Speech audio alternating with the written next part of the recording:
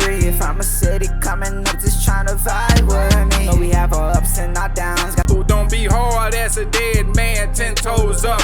Have your mother running around, nigga about to throw up. Cincinnati help you learn how to stay on your. Hey, y'all know what it is. I go by Mr. Check Your Temp. This is 365 Never in a Fight. I'm sitting here with my partner EP. What's going on, brother? How you What's going on, brother? I can't call right back at you. Gotta say that. Gotta say that. Twice is a charm. Gotta say that. I'm gonna tell you what this interview about first. I'm from Winter Terrace, born and raised. I love to see my partners I grew up with, the OGs, the young fellas doing things in the city. So this is why we chose to tap in. Man. First thing first, man. Tell the folks about yourself. Where you come from, your pedigree a little bit. My name Eric Price. They call me EP. I'm born and raised in Winter Terrace, Brick City, Fenlater. First thing first, man. How was your upbringing, man? You know, I was brought up in sports. I'm a 70s baby. You know, I had the 80s. You know, we could never get the 80s back. You know, red light, green light, yellow light, stop, kiss and catches, hide and go get it, hot beans for supper.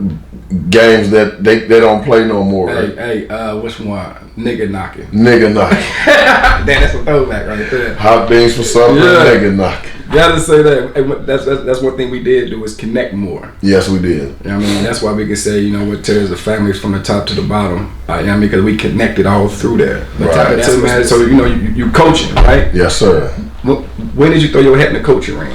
Well, back in 1998, I came home from the penitentiary. But when I was in the penitentiary, I thought, like, what kept me out of trouble when I was a youth? So what kept me out of trouble was playing sports. So once I came home, I said, well, you know, I'm going to take my oldest son and put him into sports, and I'm a coach. Mm-hmm. And the first sport was baseball. He played T-ball. So I started off coaching T-ball. I was an assistant coach with Coach L, and Coach Ernest. And I first started off coaching T-ball, and I went from T-ball straight into football. Okay. So, did you play? Now you said you played sports, right? Yes, sir. What was your position? Well, in football, I played a little running back, a little bit of defensive tackle, a little bit of defensive end, a little bit of wide receiver. Mm-hmm. Okay, so fast forward. Have you ever coached your sons? Yes.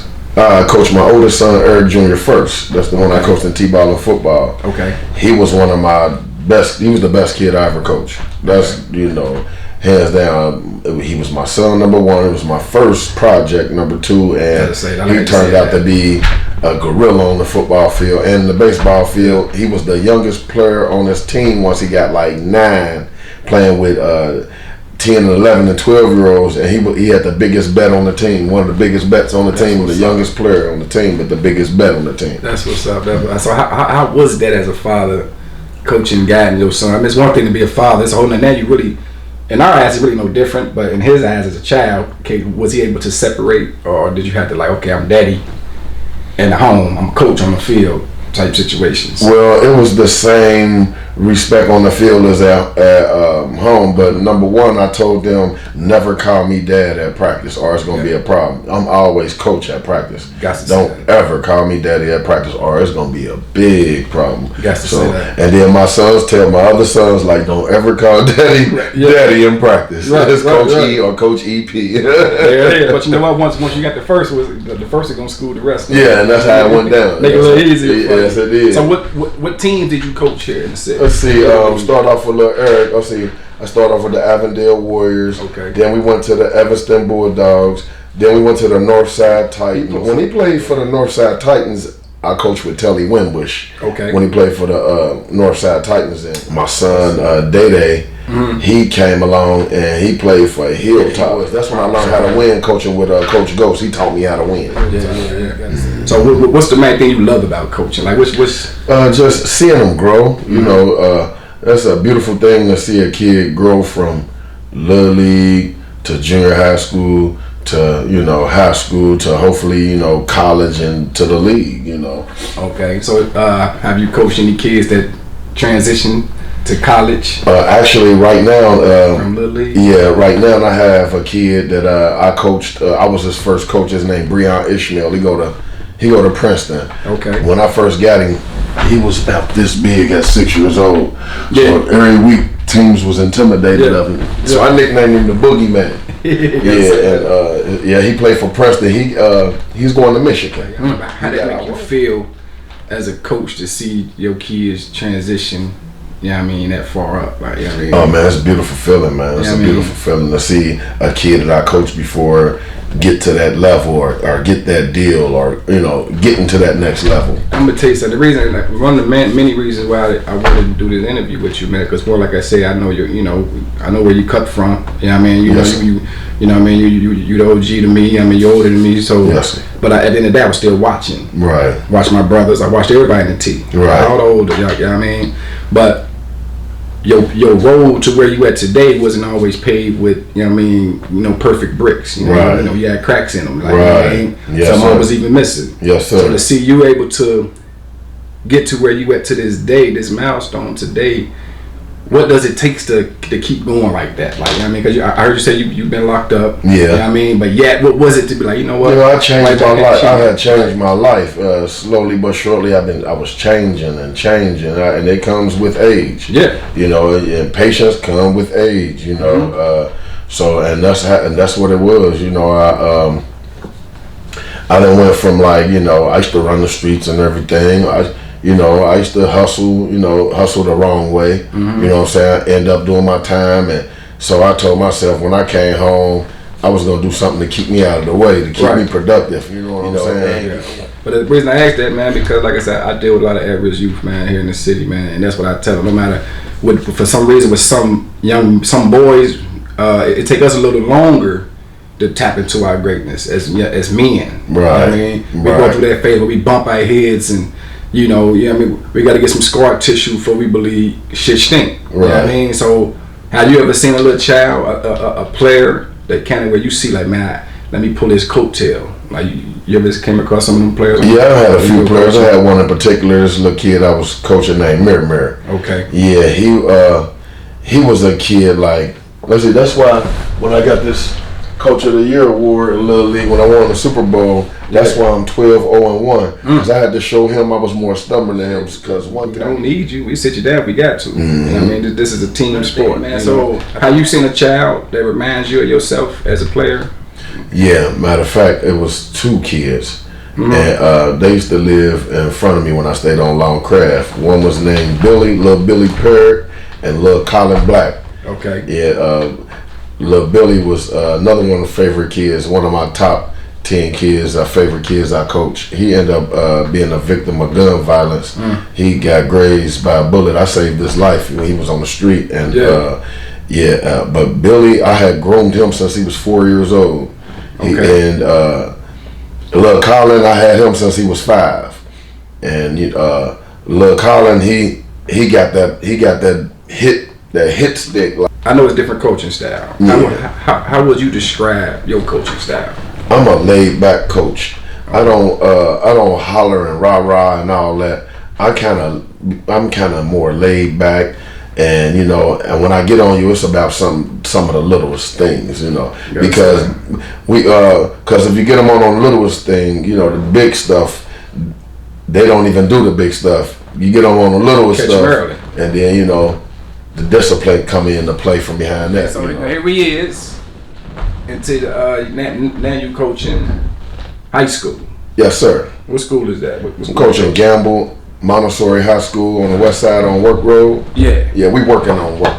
Gotta say that. Yeah, gotta say that. Double meaning. Right. Yes, sir. So how was, so this be your first season? Actually, I had I suppose I had been started coaching like 2-3 years ago, but it took a while from Ohio Department of Education to check my FBI, BCI, my license for me to get my licensures for me to coach. So this year is officially my first year of coaching high school, and this was my rookie year. Okay. Yeah, this was official first year, rookie year, and I was the running back coach and the defensive line coach.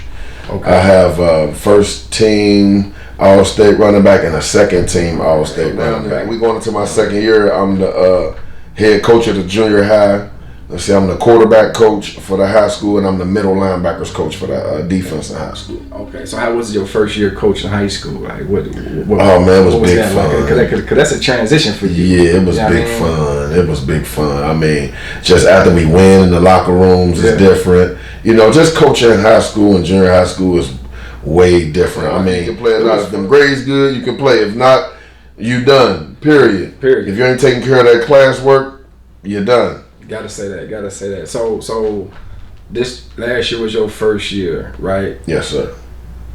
And you coming from Little League, you know what I mean, coaching Little League. Yes, sir. Was the respect there right away with the young man? Like trusting you? I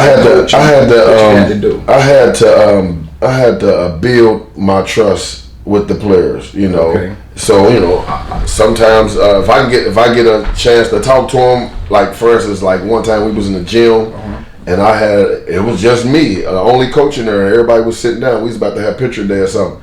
I had to just holler at them like on some real stuff, and they felt Coach E, like they was like, okay, you know. And then I think after that day, I had that one talk with them. I think everything was cool after that, like. And this ain't like the whole team dialed in. It's like, man, it's like we was even more disciplined. Because you know, one thing about, you know, our community, you know, we can feel and smell when somebody bullshitting us. Kids can too. You know what I mean? So for them to buy into you know what I mean, you had to really, you know what I mean, show your character and let them know, you know, I understand, I see y'all. Right, like this one particular player I had to holler at and tell him, like, look, I ain't gonna tell you what you want to hear. I'm gonna keep it 100. I'm gonna keep it funky with you. Like, look, the reason why you're not playing corner because you can't cover, period. But you tackle better than that. Right. So I see you at linebacker. Yes. You might see yourself at corner, but I'm sorry, sir, you're not a corner. Right. But you a hitter and you physical. I see you at linebacker. Right. You know, this year, who on the coaching team? Let's see. I'm with Coach Will Davis. Okay. Then our head coach is Coach Rob Rachel. He won Coach of the Year this year. Okay. And we had a coach that come out of retirement. Steve Sheehan from Cape High School. He's our new defensive coordinator. Yeah. And he the only Cincinnati public school coach that won 3 state championships, maybe more. But I know he's been in state a lot and won. Cape. So, you know. Hey. I think sky the limit for us. I think we got 16 seniors. He's our new defensive coordinator. Okay.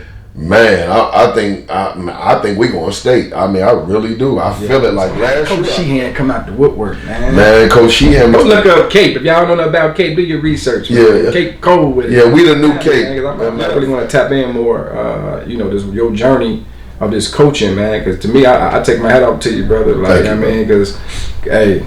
I mean, if you know what I know in the products that come out of Wind Terrace with on top of the pollution of Procter & Gamble, sniffing bleach, Johnson baby powder, all that stuff, Rumkey, you got Bounce, you got Procter & Gamble at the bottom, and you have Runky at the top, and Finlander. You talking about fumes? So that being said, I know just top of moving around in there. You know what I mean? How far you came, how far you going, the journey. You know what I mean? Yes, sir. I really do think it's a beautiful thing, man. Thank you. You know what I mean? But tell me more about the shirt you got on, man. What you got going on? So in 2022, we was the CMAC champs. Okay. Yeah, this is our first year being the CMAC champs for Gamble. You know, our school just turned into a high school, I want to say like maybe 7-8 years ago, if I'm not mistaken. Yeah. Let's see, Gamble was the only junior high school that I ever went to. So it was kind of a blessing for me to be the head coach of Gamble Junior High because, Mr. Smith, he was my coach when I played for Gamble. I played running back, and he was our math teacher when I played for Gamble. So I said the Lord got a plan for me to be the head coach of Gamble Junior High. I said, oh, okay. It's full circle like that to be your journey to find yourself where you at, man. I know I keep regurgitating that. But I think that's deep. You go to Gamble, you know what I mean, Gamble, then you find yourself coaching Gamble, man. All the shit in between. Yeah. Prepares you. Yeah. Now you like I said, you coach, you're a father.